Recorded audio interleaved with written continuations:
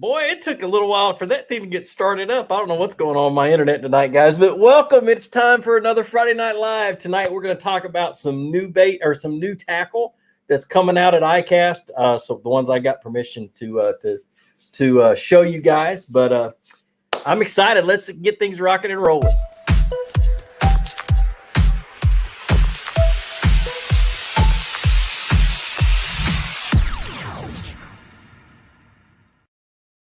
All right, man. Oh man. I've been busy today. I got up at 6 o'clock this morning and started working in the garden and getting all the yard work done that I needed to, because next week is ICAST and I'm going to be gone for a week. And when I'm gone, things go crazy in the yard. So I'm trying to get all that stuff going. But tonight's, like I said, we're going to talk about some new tackle. I got mostly 13 fishing stuff because they're the ones that gave me permission to show this stuff. I got a little bit of Spro and I got some other stuff I want to talk about. A lot of things I still can't show you. Just have to wait till next week. ICAST is going to be a lot of fun. I'm looking forward to it. We weren't able to have it last year, and it's one of my favorite events of the year. I think the first night or the first day, I usually just run around and say hi to everybody I haven't seen in forever. It'll be my 13th ICAST. And so I've made a lot of friends over the years.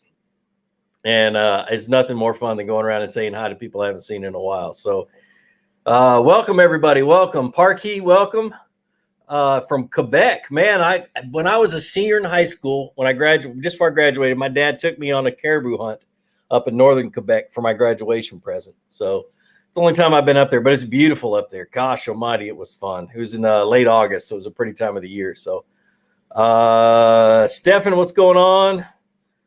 Eric Logan, how you doing, man? Walton Doyle, what's up, Walton? Aaron Proper, hey. Walton, you gonna go to ICAST? I think I saw it somewhere you were gonna go. Darren Robinson, welcome, man. He said he's new to the channel. It says discovered your channel a few weeks ago. I'm learning a lot from you. Thanks, man. I think I've got 760 videos, somewhere around there. So take it slow. You can become cross-eyed and drooling watching all my videos. So you gotta be real careful. Army Outdoors. Well, thanks for the $10, man. Oh, it's Ralph. Hey, Ralph, what's up, man? I saw your message. I just been real busy. Haven't been able to stop and respond to him. So I'll respond to him quickly. I think I do have your phone number though. I'll have to look and see. I'm sure I do. Eric Logan, what's up? What's up? Down South Georgia boy, how you doing? He's new too. That's awesome. I wonder how many people get on here are new. It's amazing to me how many since last year, since COVID, 2020, how many new anglers there are in the world. I mean, it's like everybody stopped and went fishing, and I think it's awesome. Absolutely. Chris Jason, what's going on? Yeah, just look for the hat, man. I'll be there. Be good to meet everybody at ICAST. That's for sure. He said, looking forward to meeting you at ICAST.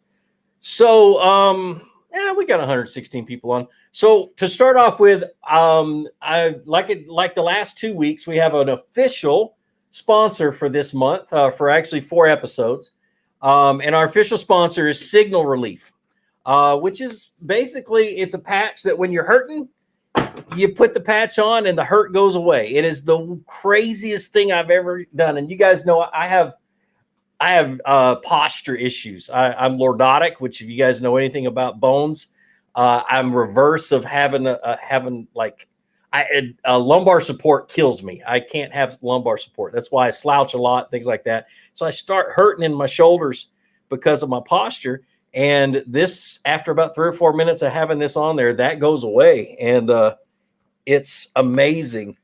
But they're guaranteed. They last for a long time. They take the place of like Tylenol and ibuprofen and stuff like that. So it's a drug-free treatment. They've got a huge warranty, and it's just an awesome product. I'll talk a little bit more about it at the end, but links are down in the description. Plus everything. They were going to pay me like, I think $40. And I told them, just take that 40 and they're going to match it with 5. I said, take that 45. And with every patch that people buy, send $45 to Special Ops Survivor, which is my favorite charity. And that's what it's all about, man. So that's going to be down in the description. We'll talk about it a little bit later. 10 Bass Bros. Thanks for the $5, brother. I appreciate it. I appreciate it. But I really, really want to talk about ICAST real quick. So fair warning, next week is all about product, all about sponsored product and products at ICAST that I see that I like.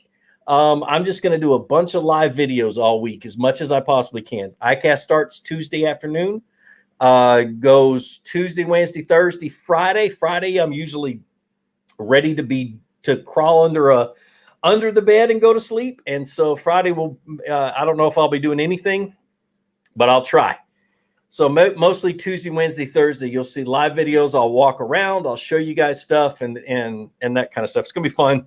But if you're one of my fans that don't like me talking about products, whether it be sponsor stuff or not, you might want to shy away from it next week, because ICAST week is just, that's what it's all about.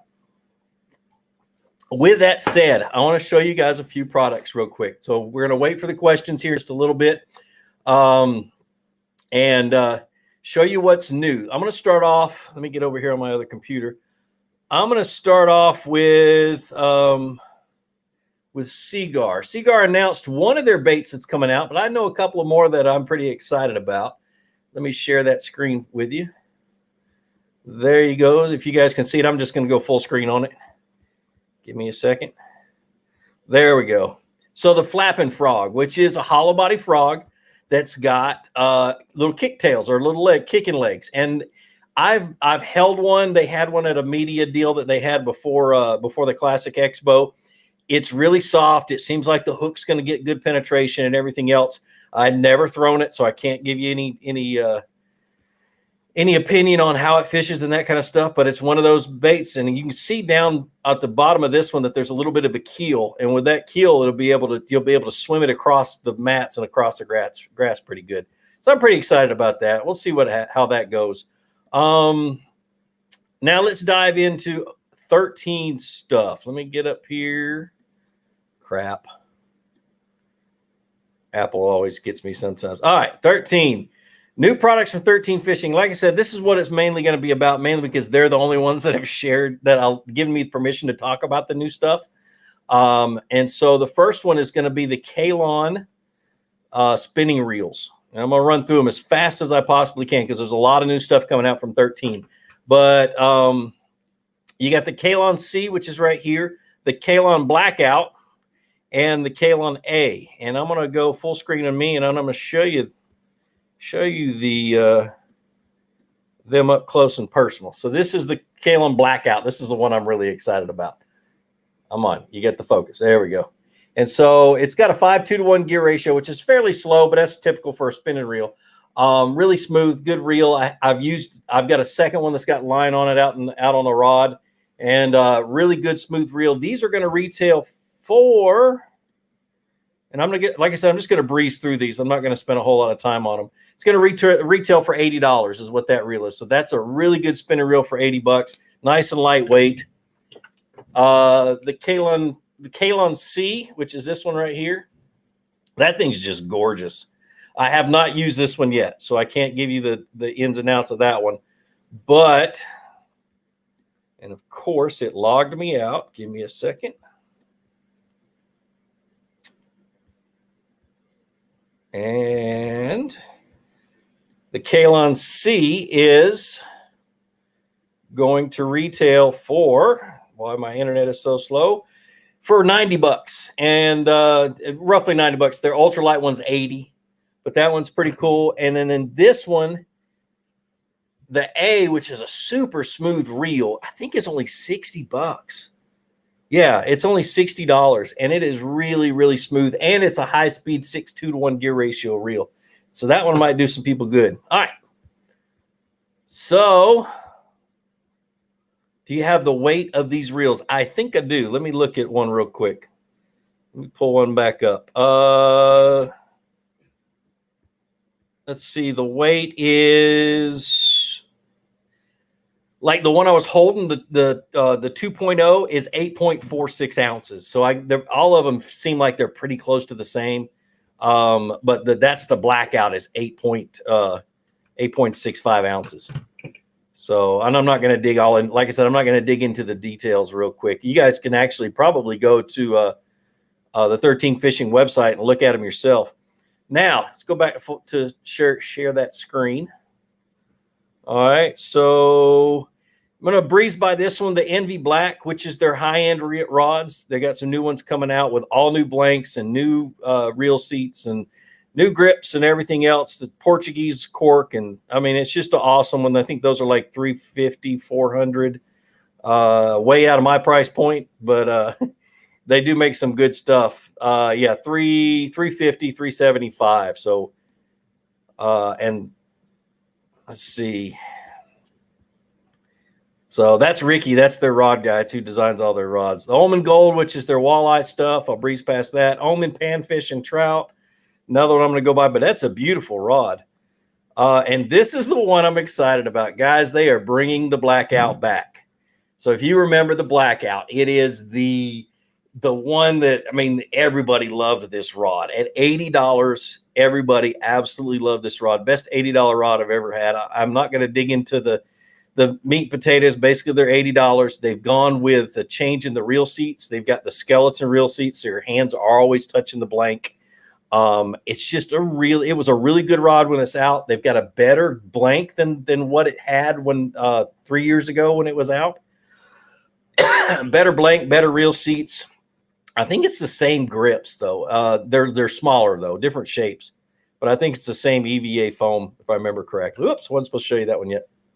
So, do you wish the Omen Gold had some more bass models? Yeah, it would be nice. But their gold models, typically all their walleye stuff is what they use that for. All right, and then the last two are the two new baits, the Jabberjaw Deep. And I'll open that up. Look at God, Jason Wheeler, my mind just went totally blank. But a 7 to 9 foot Jabberjaw, which I wish I had right now because that's about how deep I'm catching my fish, 7 to 9 feet, and I'm catching them on a dang jackhammer. So, but same sort of deal. It's got the vibrating lip that hits the little metal cheeks and makes lots of noise. $12.99 is what that's going to retail. And then the very last one is the Lunch Bug. I'm pretty excited about this one. I didn't have any clue about this one until today. So the Lunch Bug looks like a great flipping bait. The very nose of it right there looks like it'll go through cover pretty good. But I'm going to use it mainly as a dang jig trailer and just a all around flipping bait. You know, at least they have some. You know, OG Sour is a good green pumpkin color, and so does Collard Greens. And that's probably what I'll be using the most. But $5.99 for 8 of them, 8-pack for $5.99. So anyway, that's 13 Fishing stuff and Spro stuff. And hold on, let me open it up. So, and the other thing I want to talk about is Seaguar. I can't say anything about what we're doing, but what I'm doing with Seaguar, I'm really, really excited about. So stay tuned for Tuesday or Wednesday when they give me permission to talk about it. It's pretty freaking cool. And a lot of you guys are going to be really excited about it. I know I am. So, but all right, real quick. I saw this comment and I want to pop it up real quick. Chad, it says, he said, number 8 tackle company Blackout. Yeah, number 8 tackle was part of 13. They dissolved that brand, the number 8 brand, because it was confusing the buyers. Like for the big box store buyers, they were confusing it and weren't able to connect number 8 with 13. So they did away with number 8, and the Blackout, the Fate Chrome, the Blackout became the Fate Chrome. And now they're bringing back the Blackout under the 13 label. So that's basically what's going on. But yeah, it was pretty confusing. So it is what it is. All right, let me close this out down here and let's get things rocking and rolling. So I'm pretty excited. Jacob Wheeler. I know I'm horrible with names. I was an X-ray tech for 20 years. I'm required to remember somebody's name for a total of 5 minutes. So anyway, Damon, what's going on, man? I thought I seen you out there. Oh, he was out there today. Thought he saw me fishing, but I wasn't. I was mowing the lawn. So like I said, ICAST is Tuesday, Wednesday. I'm going to be doing a bunch of lives, and you guys are going to, if you want to tune in, you can. I don't have a schedule. I'm basically just going to pop it on and get rocking and rolling probably early in the morning. Then I'll try to do one more during the day, maybe two. I got several meetings I've got to go to. It's just one big, I die at the end of every day. I don't even want to go out and eat. I just want to go to the hotel and go to sleep. So, all right, let's see. All right, let's get some Q&A going. I'm reading the comments about the rods. I'm sorry, you guys. Do you have anyone? All right, best baits for submerged hydrilla. I love to, and I talked about this last week. I love the Texas rig, some type of a swimming worm, like a Rage cutter worm or a Zoom speed worm, something that's got a little kicktail on the end, but has a point, isn't much of a, doesn't have a whole lot of other appendages. And I Texas rig it with about an 1/8 ounce to a 1/16 ounce weight on the front. And I cast it out, and I'm basically dragging it over top and through the grass. And with that light weight, it doesn't puncture in through the grass too bad. Kind of rides on top. And if you can find that submerged hydrilla that's clumpy, that has like a clump here and a clump here and a clump here, and it's just kind of spread out with gaps and holes in between, that's usually the best stuff.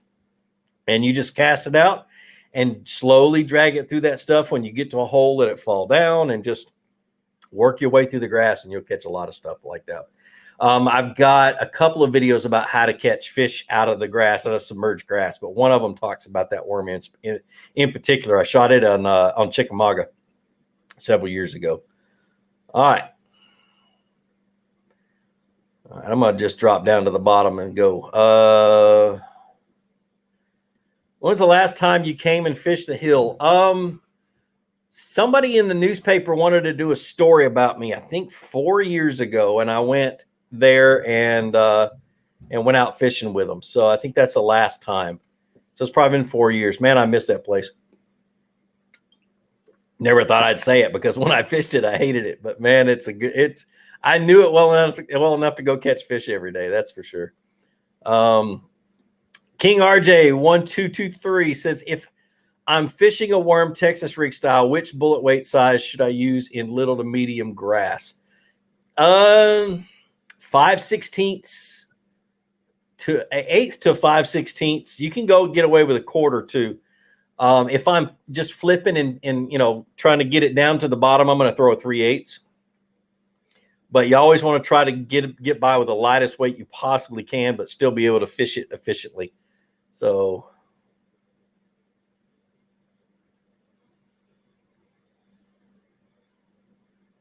let's see. Fishing with Mad Dog says, got on a good spinnerbait bite for 10 minutes and caught a 10-pound bag. After that time slot, they stopped feeding. Any clue why? Dude, they shut down. Seriously. Sometimes they'll move off. Sometimes they'll get turned off of that bait and you got to change to something. Typically, when I'm catching something on a moving bait and they stop, I'll switch to something I can drag on the bottom.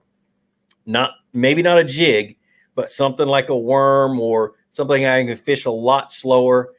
And what I've noticed, and I noticed this years ago when I was fishing over top of some spotted bass, and we were drop shot fishing, and the bass were suspended off the bottom, and we were catching them on a drop shot. And all of a sudden, that bite just kind of died off. And I looked at my fish finder, and the bass were still underneath the boat. It was 25 feet deep. They were still under the boat, but I noticed that they weren't suspended anymore. They dropped down to the bottom. So I picked up a shaky head and I just dropped it down below the boat and let it sit on the bottom and shook it and got bit again. And a lot of times that's what happens. You catch a few of them out of a school that are suspended and chasing your bait and pretty active. All of a sudden they go inactive and they kind of sink down to the bottom and they just kind of stay there. And you can pick up something and get closer to their mouth and they'll bite it. So all right. Lucas Gardner says, have you ever tried laying on a on a dog and holding a minnow in the water waiting for a bass to strike. No, I haven't. Nope. Applin's Heart, should I slow it down at Clark's Hill? I think I'm fishing slow, but maybe not. I need some help. Dude, I don't know. I don't know what Clark's Hill's fishing like. Like I said last week, typically what I'm doing this time of the year on Clark's Hill is I've got a Carolina rig with about a 20-inch leader. I'm putting a trick worm on it and green pumpkin with some glitter on it on sunny days and just regular green pumpkin when it's not sunny. And I'm going out to offshore humps in the mouths of major creeks. And I'm dragging over top of those humps until I get bit. And you're not going to catch a whole lot of fish this time of the year. It's just a miserable place to fish this time of the year. But they're offshore. They're way, way, way offshore. And typically they'll give themselves away by schooling up on some bluebacks. And you'll know some are there, but I'd still continue to throw that Carolina rig. So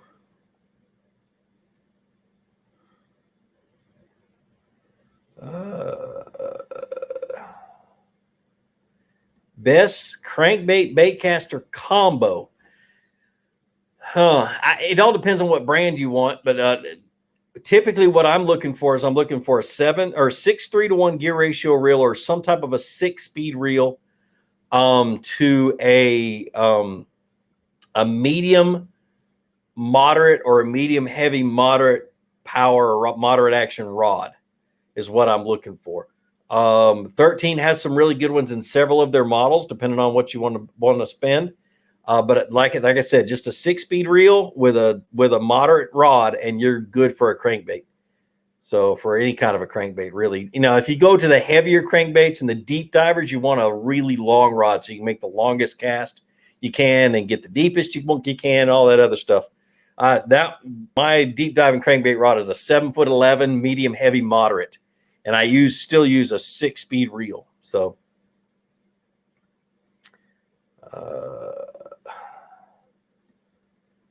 Let's see. You mentioned floating worms in one of your videos. I tried to find floating worms, but no luck. What brand are they? Where do you get them?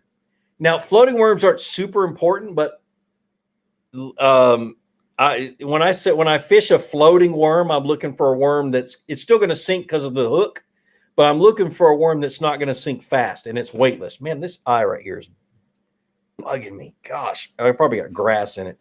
Like I said, I've been mowing all day. But anyway, so what I look for is if you're looking for a worm that's going to float the best or going to sink the slowest with a hook on it, a Zoom trick worm that is not super salty. You look on the label and it says super salty. That one has salt.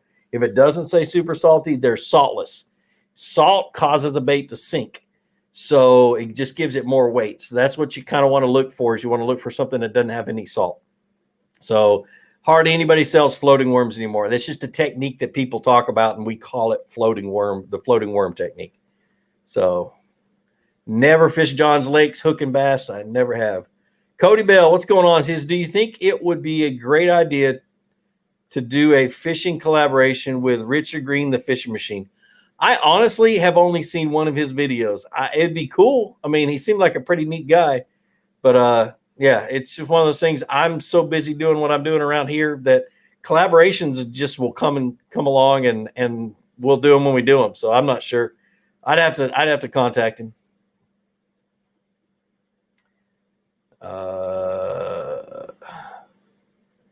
Let's see.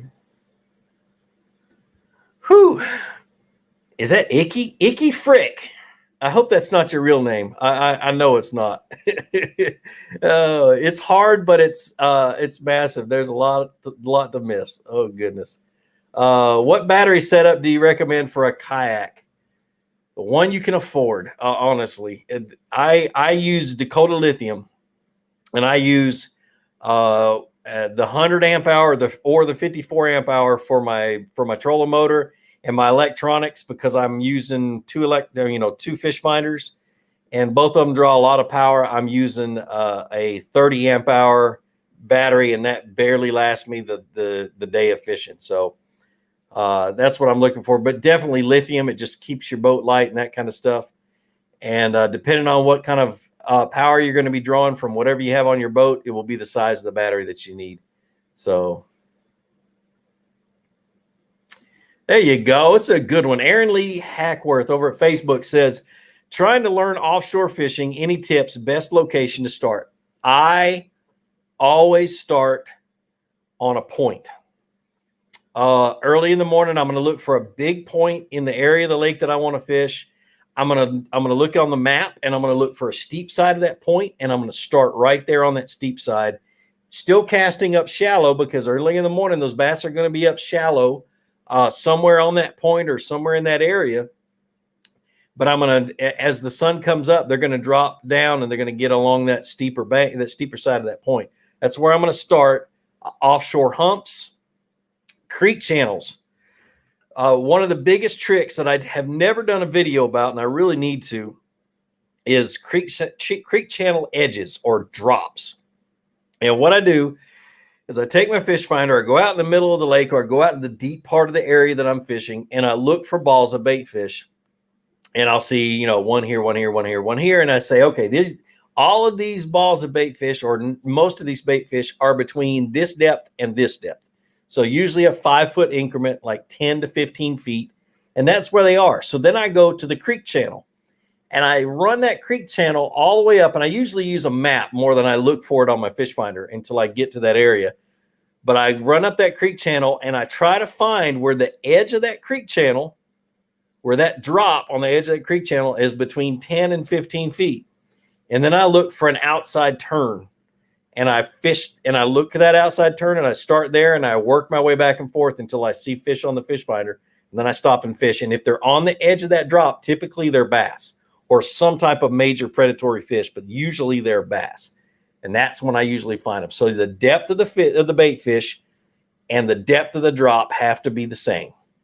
And then that's where the bass should hold up. If it's a hard drop, and there's a bunch of other things, but that's usually where I start.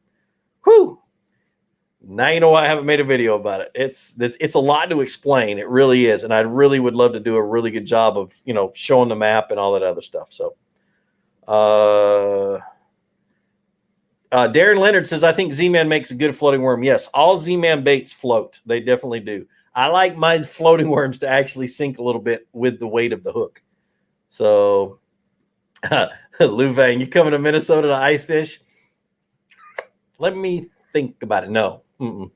Nope, I'm not. Maybe if somebody gave me a snowmobile and an auger and said, let's go ice fishing, I'd be all for it, man. Moving around, finding fish, that's my kind of game.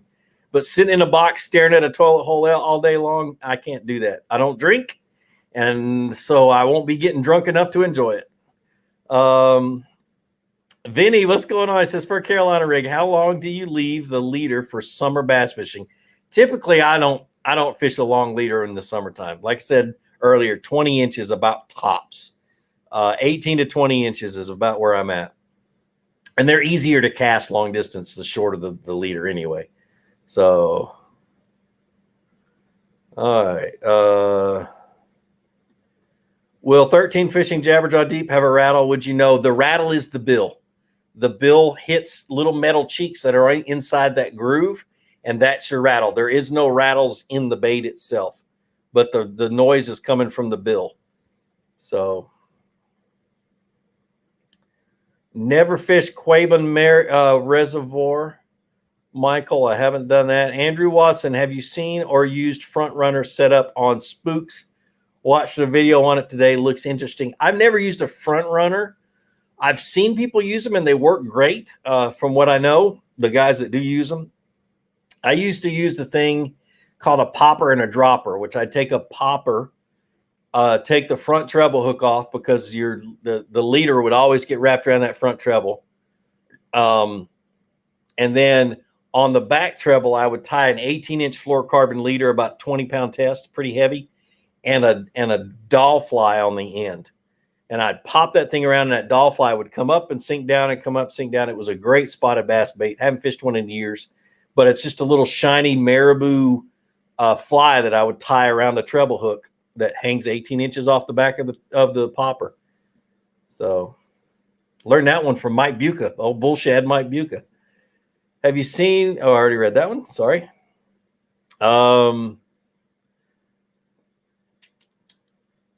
Let's see. I have an auger and a four-wheeler. Let's go ice fishing. Oh, Luann, your trip. Man, oh man. You wouldn't sit in a shack with a TV and ice fish? Nope, I would not. I go crazy. I did it with 13 took us up there years ago, up to Lake of the Woods. And I sat in one of those little hooches, those little, I don't know, they just wooden box is all it was, on a wooden bench all day long. And by the end of the second day, I was so crazy out of my mind. I just I couldn't do it. I love to be outside. I used to do my schoolwork outside. My principal would let me leave the classroom and go sit out on the lawn to do my work because I would go crazy in four walls. And so, yes, I would not be able to sit in a box, even if we were catching fish. So what's your go-to rod and reel setup for throwing a spoon?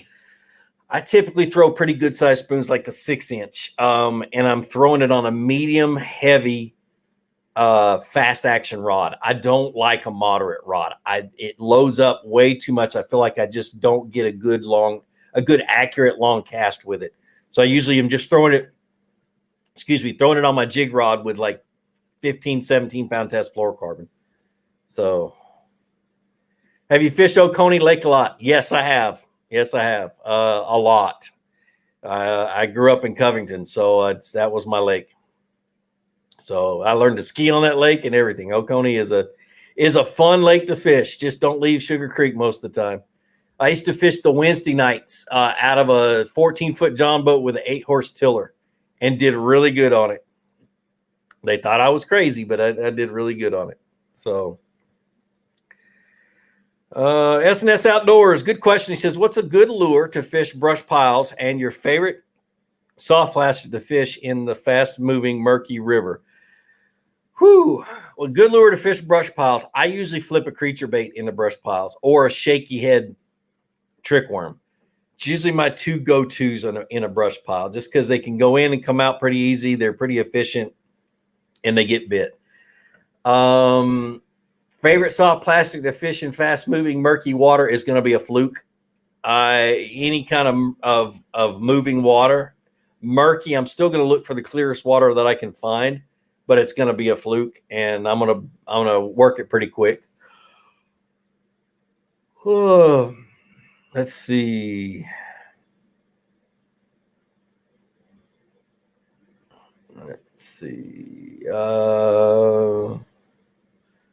Stefan, it's an outhouse. That's hilarious. Best smallmouth summer bait, your thoughts? I typically am going to be throwing a drop shot in the summertime for smallmouth. I am not a smallmouth expert, but I'm really good with a drop shot. So that's typically what I'm going to be throwing. Hey, do you have a video on how to fish a hair jig? No, Damon, I don't. I would fish it the same way I fished a regular jig. You can sit down, you can sit next to me any day, and I will show you how to do it, just like I did with that chatterbait the other day. So Damon, him and I were fishing next to each other. Okay, he's going to hate me for this.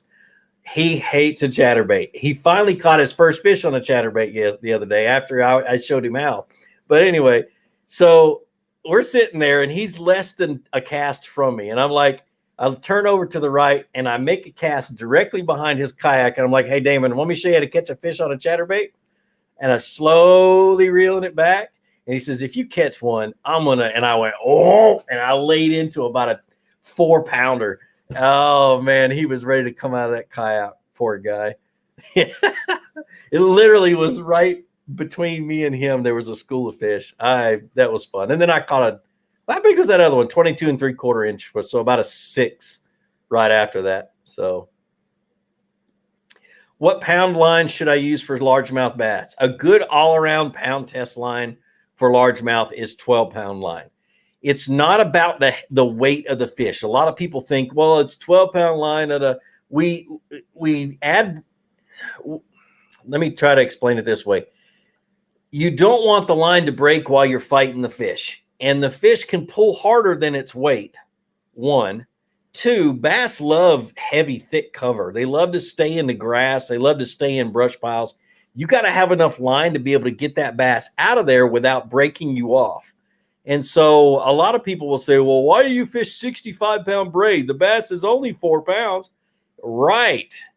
It's 4 pounds, but they'll break that 65-pound braid depending on what they're in, and you've got to get them out. So the best all-around line is 12-pound line, but depending on your technique or the thickness of the cover that you're fishing, and this goes a lot, you can learn this later on down the road. It isn't something you need to know right now if you're beginning, but your pound line needs to be adjusted depending on what you're fishing and the technique that you're using.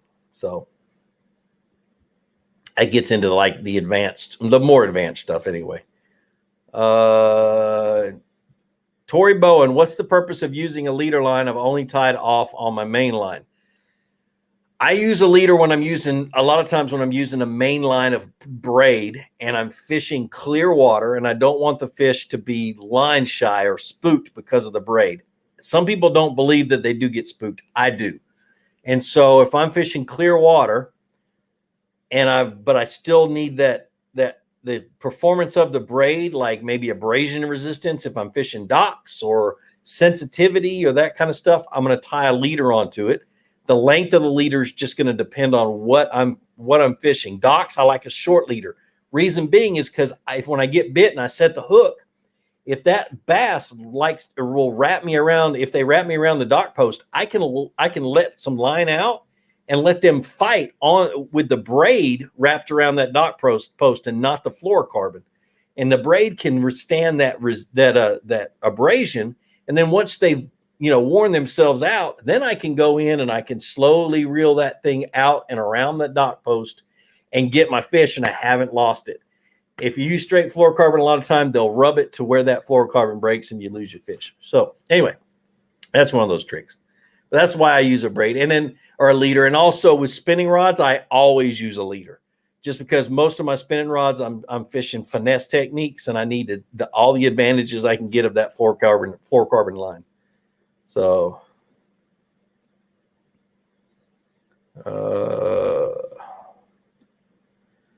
I've been losing fish, big ones, during a tournament. Anyway, it's always a crankbait. Got to get advice. It's a Rapala DT6 out of the box. There's a couple of things with a DT6, and I love DT6s. I'm fishing a DT10 right now. The first thing I'm going to do is change the hooks out on the DT6, and I rarely ever tell you guys to change hooks on like lipless crankbaits and stuff like that to start with. But something about the shape of the DT6 and the hooks that they use, I would literally pull those things off and go to a one size larger. I think a DT6 is I think they use a size 6 hook, or no, they use a size 4 hook. It's either 6 or 4. But anyway, I go one hook larger and a short shank. And I love the new Gamakatsu G Finesse treble hooks with the short shank. But that's what I do with the DT6. That's what I do with the DT10. And you just get a better hook set, and make sure it's a round bend. Don't get the EWGs, and you'll lose fewer fish. So EWGs are good for certain things. Just if you're having that issue with losing fish, go with a round bend and you'll get better hookups. So, goodness, I was just about to read one and it popped up and it disappeared. Where'd it go?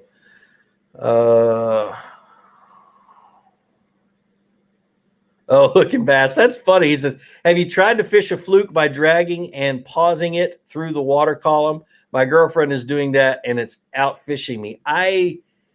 Yes and no. I don't do a lot of, and the way you kind of explained it is it's a long pause, if I'm guessing. I tend to do short pauses, and I don't, there's a lot of times I don't jerk a fluke around at all. I just slowly reel it and just let it swim, and then I'll pause it and let it sink, and then I'll just do it. And I get bit a lot doing that, especially over top of grass. So, can I effectively fish a weedless drop shot on a 7-foot medium heavy fast rod, slower than usual, quarter ounce at least? You can. I wouldn't set the hook like a man though. I would slow that hook set down and just kind of tighten up on them. And then when you feel the weight of the fish, then just kind of give it a little jerk. I wouldn't I wouldn't hammer them. That medium heavy hook. The only thing that worries me about that rod is that it bends the hook out on a hook set if you're not careful. So,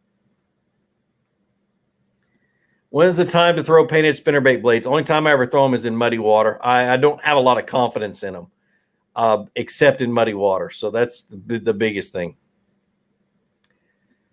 Hard burley fishing. I know 13 is releasing the new spinning reels. Which one of these reels does the Prototype X compare to, if any? None. These are the regular, what I consider the regular price point. I don't like to spend more than $110 on a spinning reel because I know how good a spinning reel can be at that 60 or at that 70, 80, 90, 100, in that price range. And anything more than that, the Prototype X was a $200 reel, and it was worth that $200. But I've always done better and have more. I've just got more experience with these $80, $90 reels, and they're really good. They can last you forever. So they also coming out with bait casters, and I totally forgot about the Origins. But anyway, I was gonna touch on those. But the Origins are your entry level bait casters, and they're really good too. So maybe I'll talk about those when I'm at ICAST. Let's see. Michael Fern says, I caught my first one on a chatterbait with your techniques, or it was a 4-pound bedding largemouth. That's awesome, man. That's awesome. The way I explained it to Damon, so Damon was determined to catch his first fish on a chatterbait. And I told him, I said, you throw it out, let it sink to the bottom. And it's kind of you want to feel the blade, but you want to feel the bottom. You want to feel that bait is on the bottom, but you still want to feel that blade vibrating. And what it causes you to do is to slowly reel it and then kind of slow down just to get it on the bottom and feel the bottom. And if you don't feel the bottom, slow down. If you don't feel the blade moving, then speed up a little bit. And for some reason, doing that and speeding up and slowing down and keeping it in contact with the bottom as much as possible triggers strikes like crazy. And I know you see a lot of these pros reeling it real fast and that kind of stuff, and that works certain times of the year, but most of the time I'm catching my fish with it banging off the bottom or hitting something. So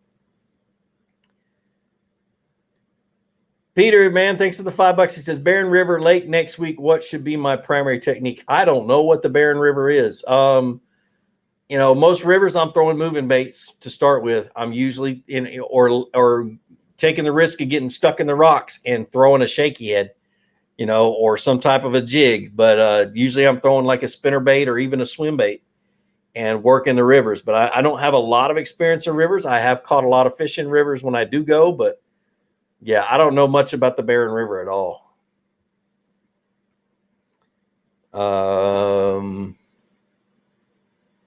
But thanks for the $5, man. I'm sorry. I was trying to read this comment above it.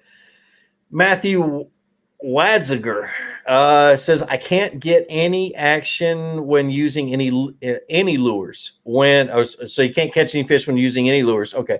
When I use a Texas rig, I can catch one, and then I can't get anything after that. It gets very frustrating. Help, please. Did get a PB today, 13-inch, 1.5 pounds. That's awesome, man. Goodness. Let me think about that for a second. So if I get a bite, I'm putting myself in your situation. If I get a bite, there's certain things that I try to figure out. Okay. One, where was that fish? Was he in a brush pile? Was he on a log? Was he in the rocks? Was he on hard bottom? I try to figure out where that fish was located. How aggressive did he bite? Did he bite it as soon as it hit the water and was falling down? Or did he bite it after I worked a little bit? If he hits it, if he's real aggressive and he bites it on the fall, then maybe you can switch to something that you fish a little bit faster. Or, just work your bait a little faster, hop it a little bit more, play around with it until you figure out what caused that fish to bite. The other one is a lot of times when a bass picks up a bait, especially a Texas rig or any type of bottom bait, and he swims off with it, he's not alone. He's trying to get that bait away from the other fish so they don't try to take it from him. So know that. There's a lot of different things. It's about putting the puzzle together, but pay attention to that bite. I'll give you for instance, the other day, Damon, he caught 3 fish that I know of by when he started reeling his jig back to the boat. I'm sorry, Damon, if I'm giving away secrets. That's what caused me to grab the chatterbait and start catching fish. But when I got home, I realized these fish were following his jig as he was dragging it on the bottom. And as soon as he got it up off the bottom real quick, it was causing them to react and get it really fast. What I should have done was done the same thing, thrown it out, dragged it through whatever area I thought the fish were at, stop it for a few seconds, and then just start reeling. And I guarantee I would have gotten more bites, and he would have too had he figured it out 100% earlier in the day. But man, he was catching some good ones doing it. That's for sure. So definitely just pay attention to what the fish are doing and what you did to get that strike. Michael Moon, thanks for the $10, brother. Man, how are you guys doing? You and your dad. Or is this Michael Moon Sr.? Y'all need to put senior and junior in your name or it's going to drive me nuts. I recorded installing our shallow water anchors, and it ended up being 2 hours of recording total. Should I leave it as one long video or split it into 4 parts, which is the way I'm leaning right now? Definitely either split it up or edit the snot out of it and try to just get the high points, because that is way too long. You're going to lose people in the first 5 minutes. So definitely edit it. So what size hook should you use when using a wacky worm? I usually use a 1/0 or a number 1. All depends on the name, on the brand name of the hook too. Some people's 1/0s are this big and some of them are this big. So, but I usually go with a 1/0.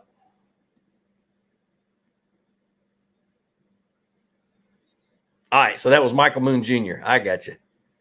Because this is Michael Moon Sr. He says the main reason I fish braid to fluoroleader on spinning rods is I don't want to spook fish and hate fishing with a slinky. Oh, that's funny. Let's see. Chatterbait or swim jig tied on from ice out to ice on here in Colorado. Huh. Yep. I'd do either one, really. Seth Riley. Hey, Gene, what length of leader and pound fluoro should I use in very clear water? I currently am using a 7-foot medium with 30-pound braid. For me, 30 pounds a little big, but you can get by with it on a spinning rod. I'm not sure if you're using a spinning rod or not, but typically in really, really clear water, I don't like to fish heavier than 8-pound fluoro unless I'm fishing really clear water with some cover, and then I'll throw 10-pound and just be real careful with my hook sets and everything else. Careful fighting the fish. Leader length, I'll go as much as 15 feet, really. And it's more of a peace of mind for me. The less they can see that braid, the better.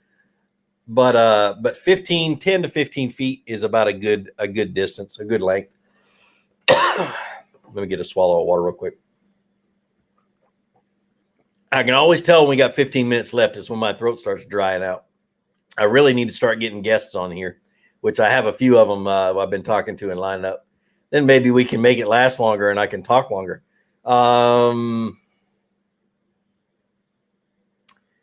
Chad Mansman, he says, do you know how much the Yak Attack double roto grip? It's called the double header. It's a double roto grip paddle holder. It's exactly what it is. I don't know. They have not told me yet.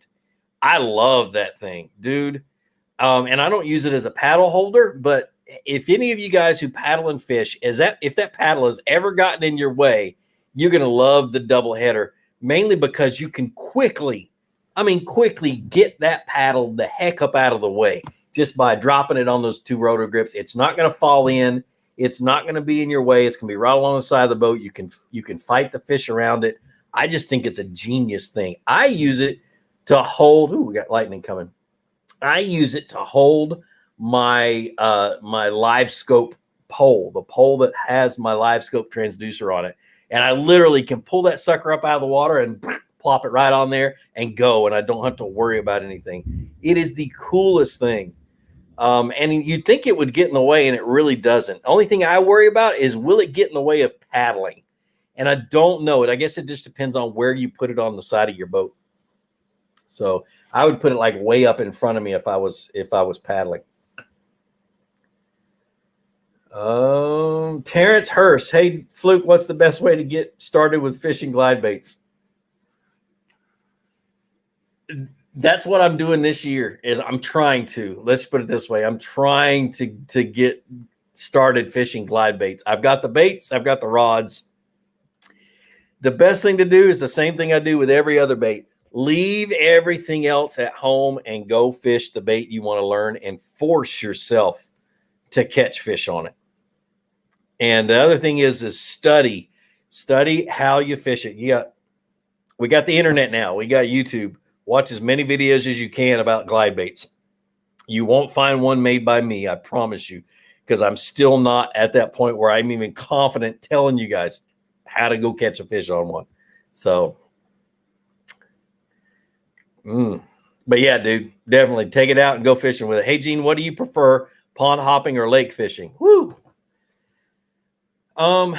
Really lake fishing, mainly, I guess mainly because I live in Georgia, and Georgia doesn't have a whole lot of small ponds that aren't private, and you have to get permission. And I've only got permission to fish like 3 private ponds here around me, and I don't like to film in them very often. I will when I just kind of want to change and that kind of stuff.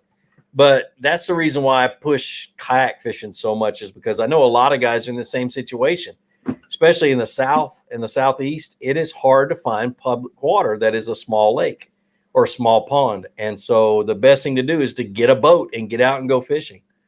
But if I lived in a place that had a lot of public ponds, man, I'd love to go pond hopping.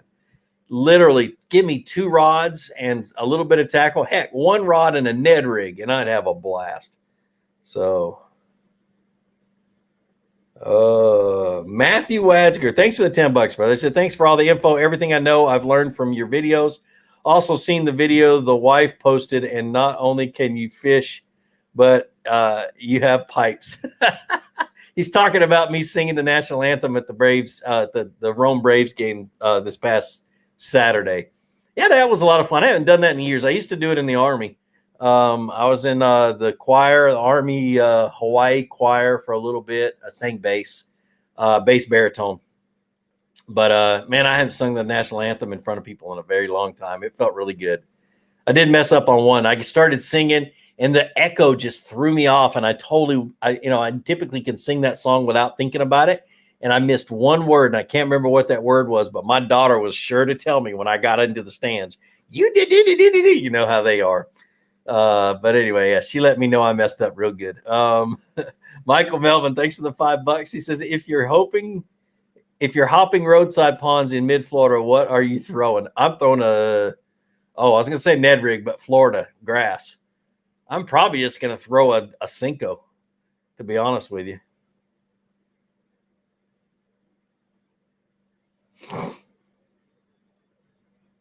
Let's see. Carolina rig leader, mono or fluoro? I use fluoro, but understand that I fish what's called a Carolina keeper, which is a thing that takes the place of the swivel. So you're actually fishing one solid line. But that Carolina keeper, you pinch it with a pair of pliers, slide your line through it, and it when you let go of the pliers, it crimps down on your line, and it makes your leader adjustable. And so I put the weight, a bead, the Carolina keeper, the length between the Carolina keeper and the hook, and then tie the hook on. Go watch my Carolina rig rods videos. I've been fishing that Carolina keeper since long before I started making YouTube videos. And I've never done anything different. Really haven't. It's just a lot easier to fish. My latest one that talks about them, click the link down in the description. It'll take you to the ones that Tackle Warehouse sells. And they're not called Carolina Keepers. They're called something else. But I usually buy mine at Academy Sports, and they have the brand name Carolina Keeper. So,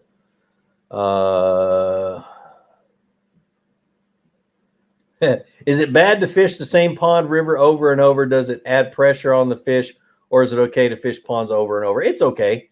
Most of my videos and most of my fishing is done 10 minutes down the road, and I'm catching giant fish every day. For you guys who kayak fish, right now I'm catching over 100 inches every day. Between 100 and 105 inches every day on that lake, and I fish it all the time, and it gets tons of pressure. It's a public fishing area, and I just know it better than anybody else. Well, there's a few other guys that know it as good as I do, if not better, but there's not many of us that fish it the way we fish it. So yeah, just take that opportunity when you're fishing a place over and over again to learn all the little fine details about that lake and little bitty spots that hold fish all the time, and you'll be able to catch fish almost every time you're going. So what's a good foot pedal kayak to start competition fishing? Best pedal drive currently is a Hobie. And if you're looking for a pedal drive, that would be the one I went with at this point in time. I can't do the little egg beater ones. My hip won't let me do it. The Army really destroyed one of my my left hip. I mean, I'm fine just as long as I don't do things that irritate it. But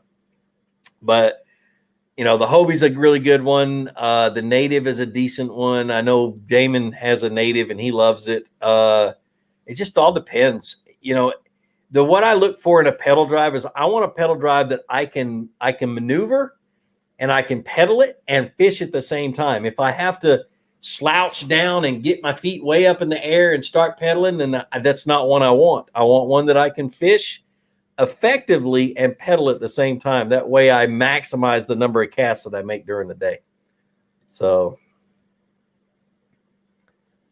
before I answer the last few questions, guys, don't forget about our sponsors for this Friday Night Live. Signal Relief. These things are awesome. They really are. They're not cheap, but they're guaranteed for a long time. They will last you years and years and years and years, and they take the place of Tylenol and ibuprofen. Where you hurt, you put the patch, and the hurt goes away. It's the craziest thing. But anyway, Signal Relief, $45 of every purchase goes to Special Ops Survivor, which is the charity that I've always supported, which is what they do is they help take care of the wives and the children of our Special Ops guys who don't make it home. Because a lot of times those wives and those children can't know what their husband or father were doing and how they don't know how they passed away, and they're left stranded. They really are. And so that's what Special Ops Survivor does. And $45 worth of your purchase goes to them, man. It's awesome. So go check them out. Links are all down in the description. All right. What's your favorite trendy lure of the last couple of years? I hate trendy lures. Matthew, I'm telling you right now, it took me 5 years to throw a chatterbait because it was the trendy lure. Gosh. And I'm still Cinco, same way. It was the trendy lure, and I still have a hard time throwing them. I don't know. Man, I really don't. I like to do my own thing, and I try to stay away from trendy stuff. I really do. It's my nature. It really is. So yeah, off the top of my head, I can't think about it. I can't think of what. I guess you could call it a chatterbait, but I don't consider that a trendy lure anymore. It has earned its right to be in my tackle box and on the end of the line. So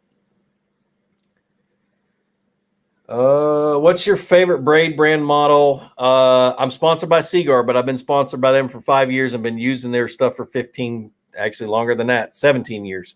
So it's a whole Seaguar. I use a Braze X is what I use. I use 20 pound on my spinning rods. Always 20 pound. It's just the easiest to tie an FG knot with for me. It takes 8 pound test fluorocarbon, which is typically what I throw. Takes it really good.